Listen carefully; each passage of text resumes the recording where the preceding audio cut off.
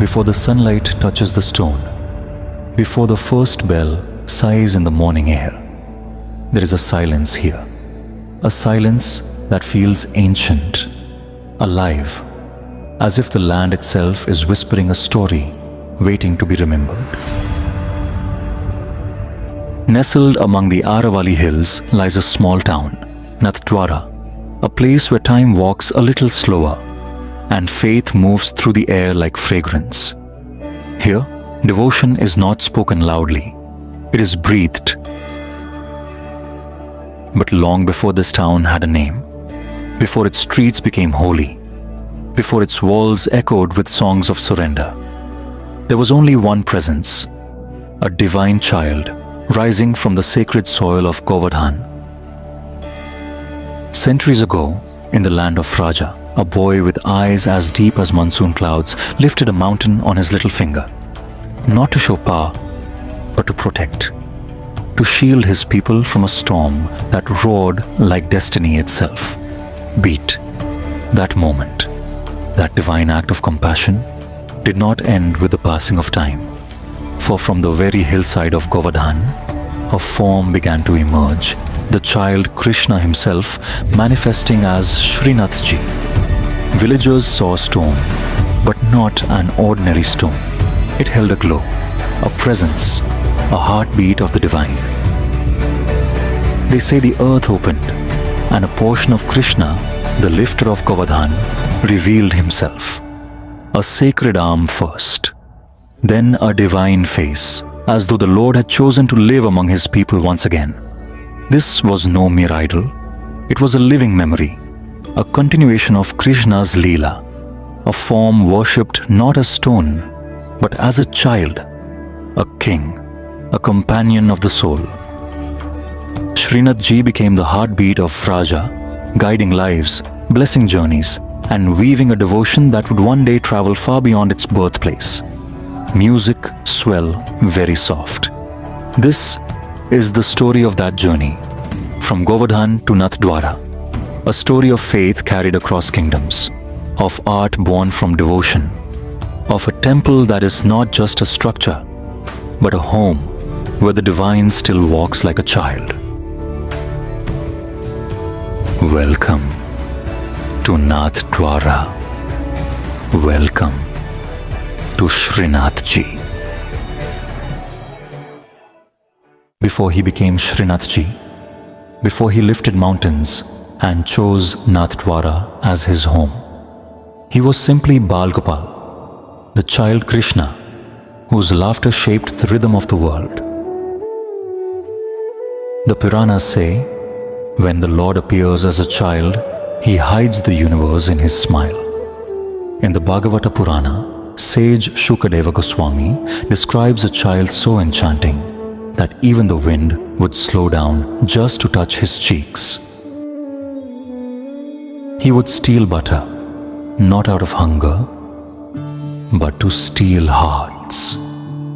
He would break pots, only to build bonds.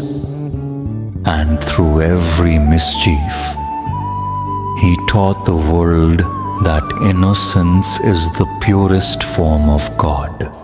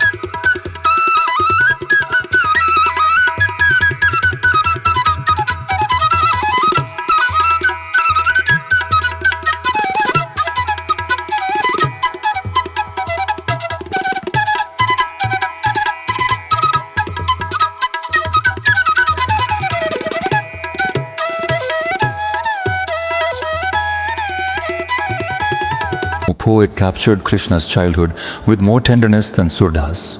Blind in sight, yet clear in inner vision, Surdas saw the divine more vividly than any eye.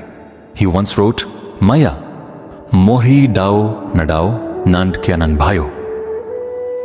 O mother, do not scold me. The house of Nanda is filled with joy because of me.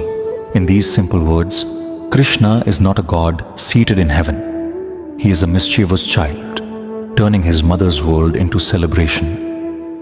From the timeless verses attributed to Ved Vyasa emerge stories filled with wonder. The reminder of a child who swallowed a handful of mud, yet revealed the entire universe within his mouth. The toddler who destroyed fear itself with effortless grace.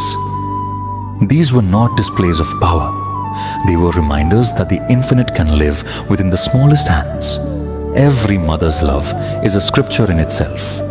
And yet, Krishna chose to be bound, not by rope, but by affection.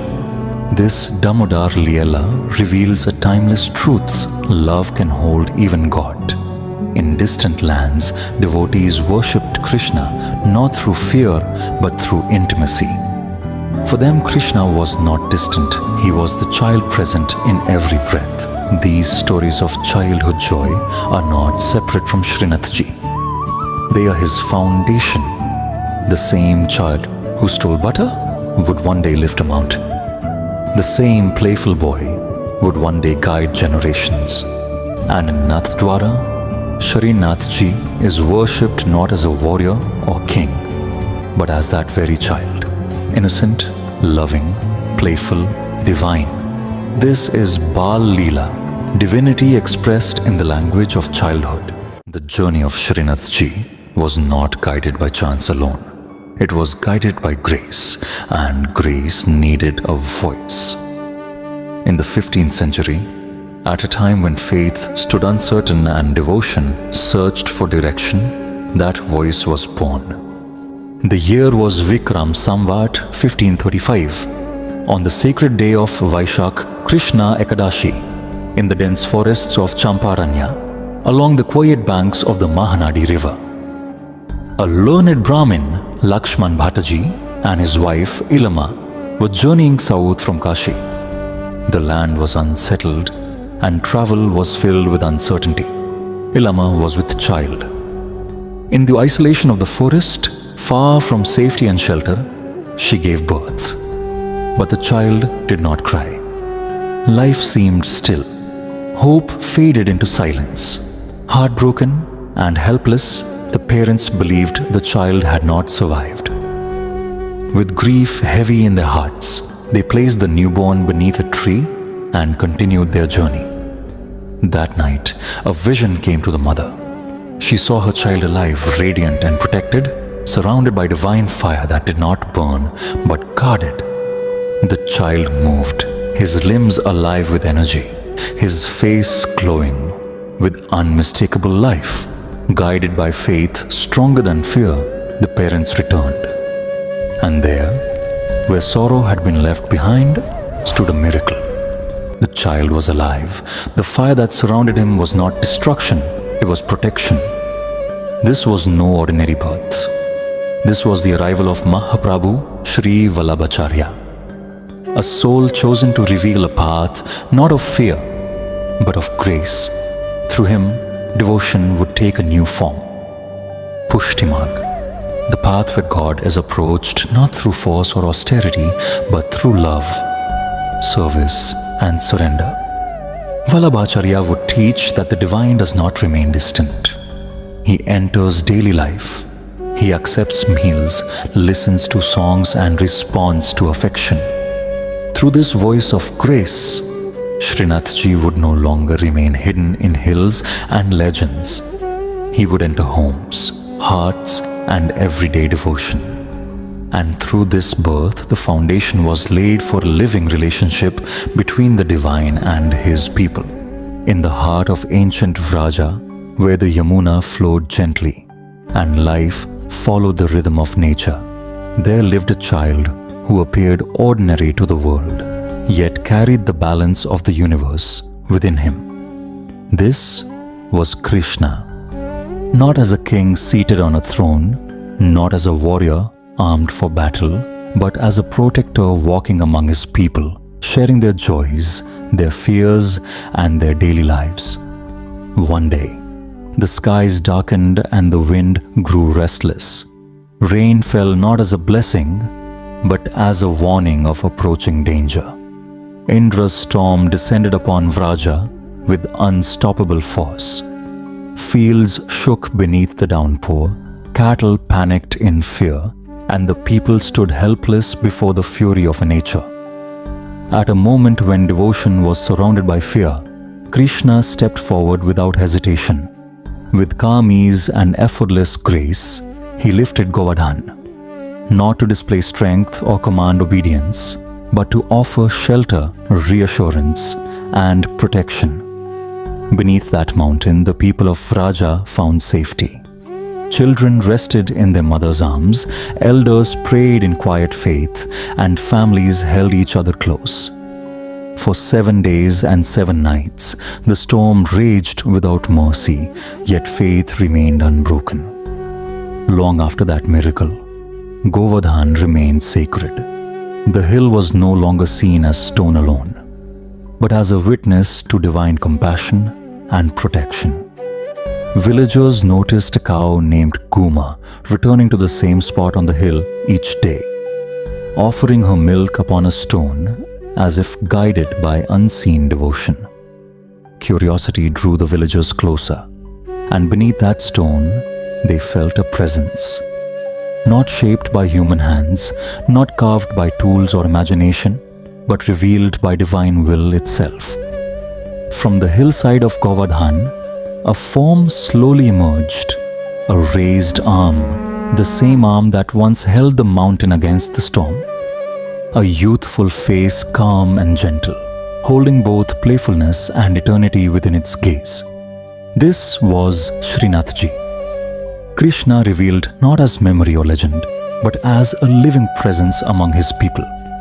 A protector who chose closeness over distance and love over all. Centuries later, a saint scholar named Vallabhacharya stood by the banks of the Yamuna. He did not see God as distant, demanding, or fearful. He saw the divine as loving, approachable, and full of grace. When Vallabhacharya beheld Shrinath Ji, a new path awakened, Pushti Marg, the path of grace, where God is not feared but cared for, served with affection, and welcomed into daily life. Yet destiny still had more to unfold.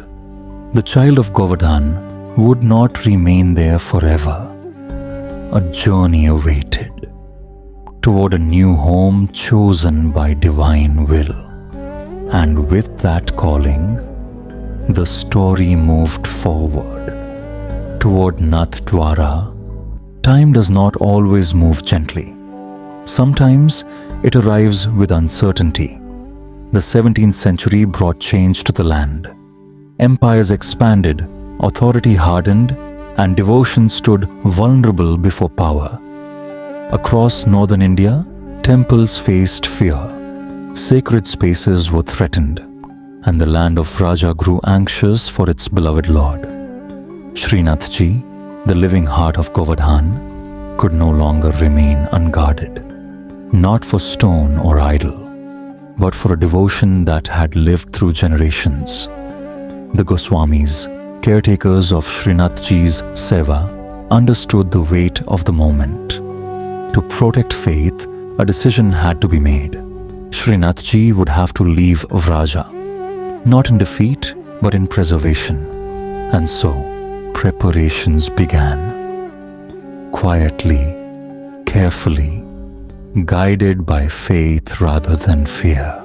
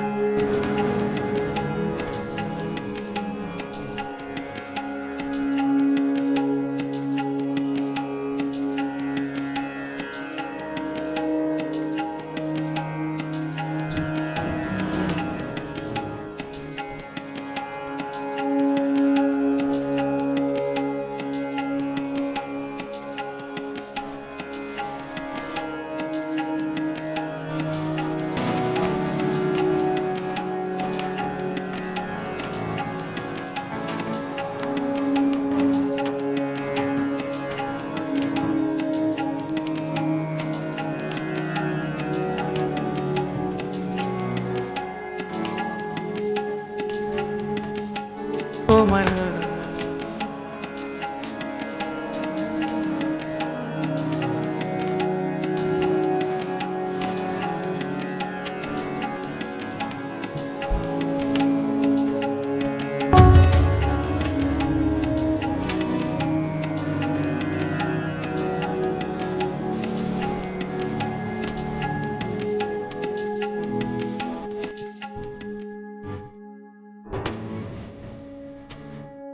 Under the cover of devotion, Shrinath Ji was placed upon a sacred chariot, as gently as a child at rest, wrapped in reverence and care.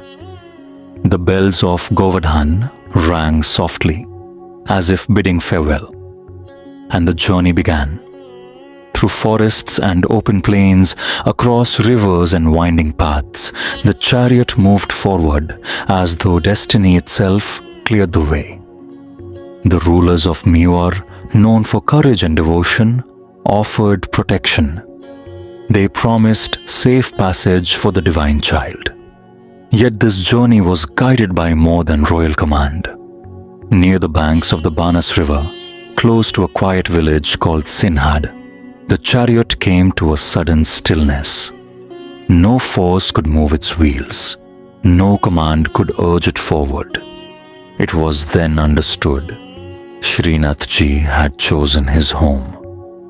Sinhad became Nathdwara, the gateway to the Lord. A Haveli arose not as a monument, but as a home. And there, the journey found its end. Unlike temples crowned with towering spires, the home of Shrinath Ji rises with quiet dignity. There is no grand shikara reaching toward the sky. No monumental structure meant to overwhelm the eye. This is because Nathdwara is not built as a place to impress. It is built as a home. In the path of Pushti Marg, God is not placed far above human life. He is embraced as a child, loved as a prince, and cared for as a living presence within the family. And so, the temple of Shrinath Ji takes the form of a Haveli, a household where the divine follows the rhythm of daily life. At the heart of the Haveli lies an open courtyard, where sunlight enters gently, and thousands gather to witness a day in the life of God. Here, worship is not a ritual alone. It is a routine, a relationship. Each day unfolds through 8 darshans, 8 intimate moments that reveal the Lord's daily life. From Mangla at dawn to Shringar, Gwal, and Rajbhog, from the afternoon Uttapan and Bhog to Sandhya and Shayan at night, time itself moves according to Shrinath Ji's presence. Within the Haveli are rooms designed not for display, but for care. The Dolti Bari, where garments and jewels are prepared with devotion. The Rang Mahal, where color and celebration reflect the changing seasons of the Lord's mood. The Gaushalas, where cows are sheltered with reverence, honoring Krishna's eternal bond with them. And the Jalghas, where purity is preserved and the home is prepared for each sacred moment. The gateways of the Haveli bear the mark of Mewar's craftsmanship. Silver-plated doors stand not as symbols of wealth, but as shields of devotion, crafted by hands that believed service itself was worship. Every corner of the Haveli is alive. It awakens before sunrise and rests only after the Lord has been gently put to sleep. In Nathdwara, architecture is not stone, it is emotion. This Haveli is not built merely for worship. It is built for companionship, for Seva, and for love. And within these walls, Shrinath Ji lives not as a memory of the past, but as a child of the present, a divine presence that broods with his people. In Nathdwara, devotion did not remain silent. It slowly found a language of color, form, and imagination. Within the quiet walls of the Haveli, an art tradition began to take shape. It was not created for admiration, not meant for galleries or praise, but born entirely out of Seva. This sacred art came to be known as Pichwai. Pichwai was never decoration alone. Each painting was created for Shrinath Ji's home, placed behind him as a living backdrop, reflecting the seasons, the festivals, and the changing moods of the Lord. Lotus-filled ponds under moonlit skies, cows resting in divine calm, forests alive with quiet joy, and Krishna standing at the center of all creation. These scenes were not imagined for beauty, but offered with devotion. Artists worked in silence and patience. They prepared their materials by hand, grinding natural stones and minerals, creating colors from the earth itself. Indigo for depth, vermilion for energy, white for purity, and gold for divinity. Every line was drawn with care. Every detail was shaped with discipline. Nothing was rushed because this art was not bound by time. The inspiration for Pichwai did not come from trends, but from sacred texts, from verses of saints, and from the living relationship between the devotee and the divine. Here, the artist did not seek recognition. The paintings were never signed, because the offering was never meant to carry the artist's name, but to disappear into devotion. Pichwai was created to serve Shrinath Ji's daily life. It changed with the calendar of the Haveli, with the rhythm of Darshans, and with the cycle of seasons. In summer, the paintings brought coolness. In monsoon, they reflected rain and celebration. In winter, they wrapped the Lord in warmth and stillness. Through color and imagination, artists participated in Seva. Their work was not separate from worship. It was worship. In Nathdwara, devotion did not stop at prayer. It extended into creativity. It lived through art. And through Pichwai, the bond between Shrinath Ji and his devotees found yet another way to breathe, to express, and to endure. In Nathdwara, devotion is not limited to memory or tradition. It does not live only in scriptures or stories passed down. It continues through daily life, through movement, through people. Here, faith does not wait for special occasions. It does not announce itself loudly. It unfolds quietly every single day. The practices that began centuries ago were never meant to remain fixed in time. They were meant to be lived, to breathe, to be carried forward gently from one generation to the next, without force, without fear of change. Seva in Nathdwara is not performed as duty. It is performed as care, as responsibility born from love. From before sunrise, the Haveli awakens softly. Not with noise, but with awareness. Doors are prepared, spaces are cleaned, lamps are lit, and every movement follows a rhythm learned not from instruction, but from years of devotion. Garments are selected with sensitivity. Not to impress the eye, not to display wealth, but to comfort the Lord. Fabrics are chosen according to season, according to time, according to feeling. Jewels are placed not as decoration, but as expressions of affection. Each ornament carries meaning. Each gesture carries intention. Food is prepared slowly, with balance, with purity, with patience. Not rushed, not careless. Every offering carries attention, because here nothing is considered ordinary. Even the cows are tended with gentleness, their presence honored as sacred life. Courtyards are swept as one would sweep a home before welcoming a beloved child. The people of Nathdwara do not see themselves as visitors to a temple. They do not come merely to observe. They see themselves as caretakers, as family. What continues here is not ritual alone, but relationship. A bond shaped by time, sustained by love, and renewed every single day. Through festivals filled with color and sound, and through quiet mornings of stillness, this rhythm continues. Darshan follows darshan. Season follows season. Joy and responsibility move together. And through it all, Shrinath Ji remains present. Not distant, not abstract, not unreachable, but near. Felt in routine, felt in care, felt in the smallest acts done with sincerity. In Nathdwara, tradition does not stand still. It moves, it serves, it breathes with the people who live it. And that is why devotion here is not remembered. It is lived. At the heart of Nathdwara lies a philosophy that reshaped devotion itself. It is known as Pushti Marg, the path of grace. Founded by Mahaprabhu Vallabhacharya, this path teaches that the soul reaches God not through fear or hardship, but through divine grace and loving surrender. In Pushti Marg, God is not distant or demanding. He does not wait to be impressed by austerity or sacrifice. He responds to affection. Here, devotion is expressed through Seva, personal service offered with love. Waking the Lord at dawn, preparing his meals, adorning him with care, and gently putting him to rest at night.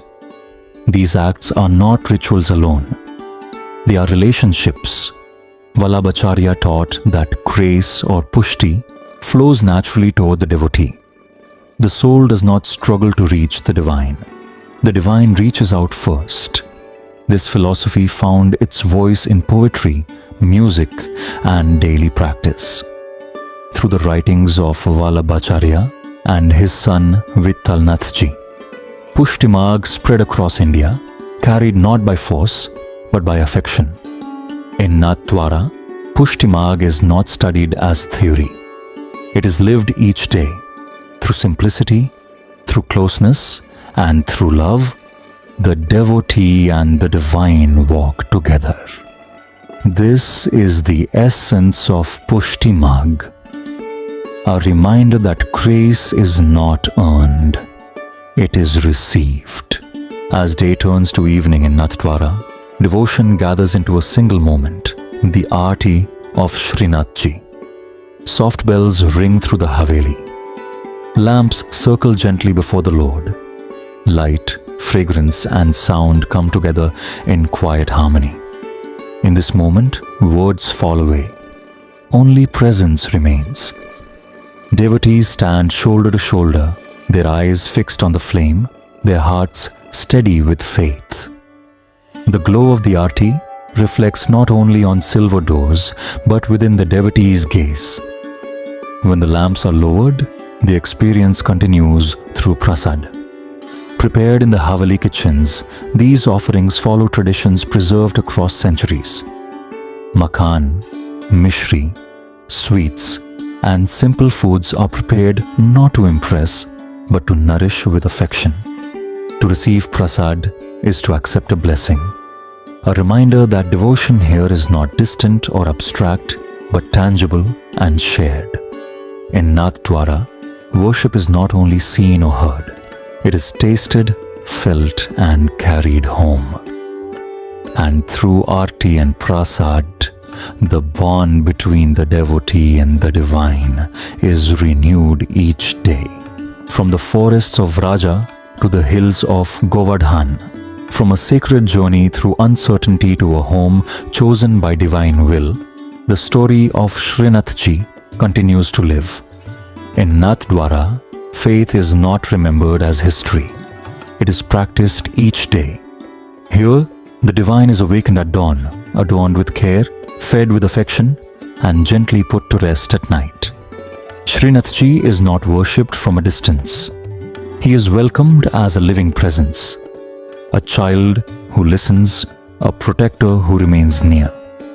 Through art, culture, and seva, through philosophy and grace, the bond between the devotee and the divine has endured across centuries. Nathdwara stands not merely as a place on the map, but as a gateway to closeness, to relationship, to love. For those who walk its paths, this journey does not end at the temple doors. It continues within the heart. And as long as devotion is lived, not demanded, the presence of Shrinath Ji will continue to guide, protect, and bless. This is Nathdwara, not just a destination but a living relationship with the divine.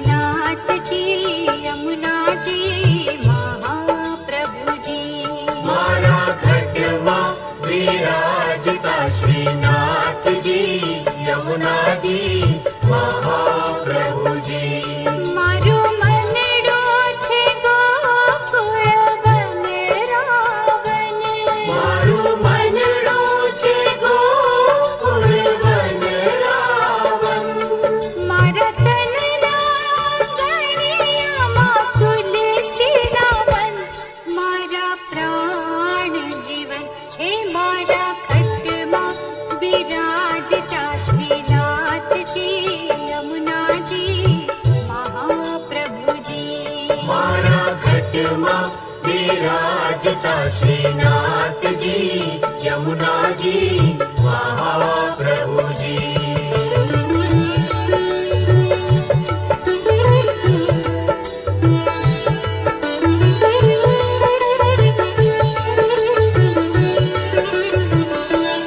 मारा आत्मना आंगणे श्री महाकृष्ण जी मारा आत्मना आंगणे श्री महाकृष्ण जी मारी आँखों विषे गिरिधारी रे धारी मारी आँखों विषे गिरधारी रे धारी मारू तन मन द्यो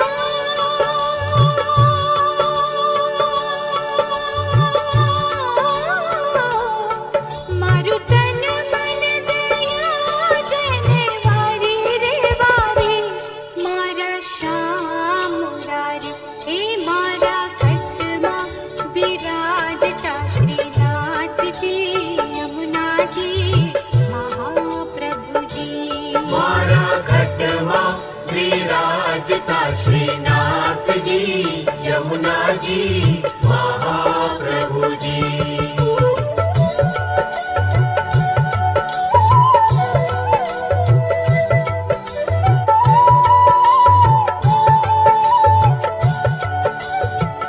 हे मारा प्राण थकी मने वैष्णव भाला मारा प्राण थकी मने वैष्णव वाला नित करता श्रीनाथ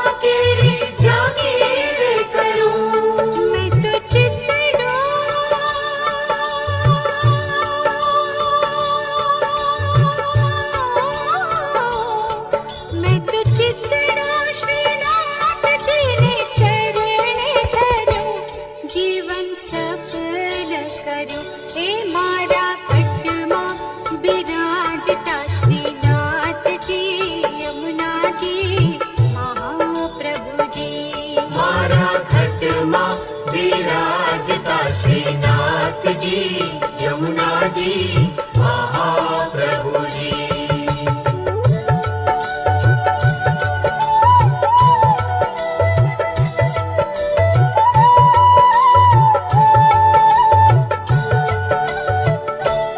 मैं तो भक्ति मार्ग केरो संग रे साधो, मैं तो पुष्टि मार्ग केरो संग रे साध्यो। मने थोड़ो कीर्तन केरो रंग रे लाग्यो, मने धोड़ो कीर्तन केरो रंग रे लाग्यो। मैं तो लाला लाली केरो नंग रे मांग्यो, किरलो हाथ लाग्यो हे मारा खटमा विराजता श्रीनाथ जी यमुना जी महाप्रभु जी। मारा घटमा विराजता श्रीनाथ जी यमुना जी महाप्रभु जी।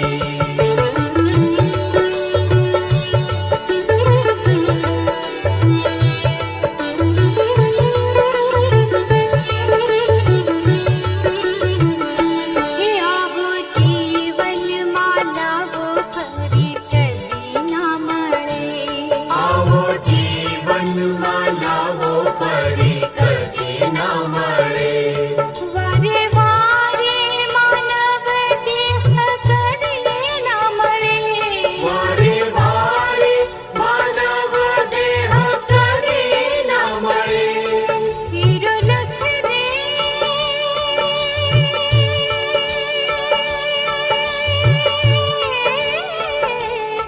हिरो लख रे 84 नो मारो रे मळे, मने मोहन मळे हे मारा खटमा विराजता श्रीनाथ जी यमुना जी महाप्रभु जी।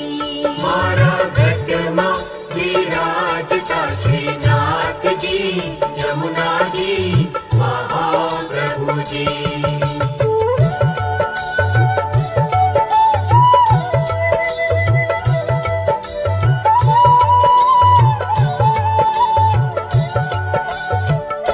हे मारी अंत समय केरी सुनो रे अर्जी, मारी अंत समय केरी सोडो रे अर्जी। ले जो श्रीजी बाबा शरणो मां दया रे करी, ये जो श्रीजी बाबा शरणो मां दया रे करी। मन देड़ा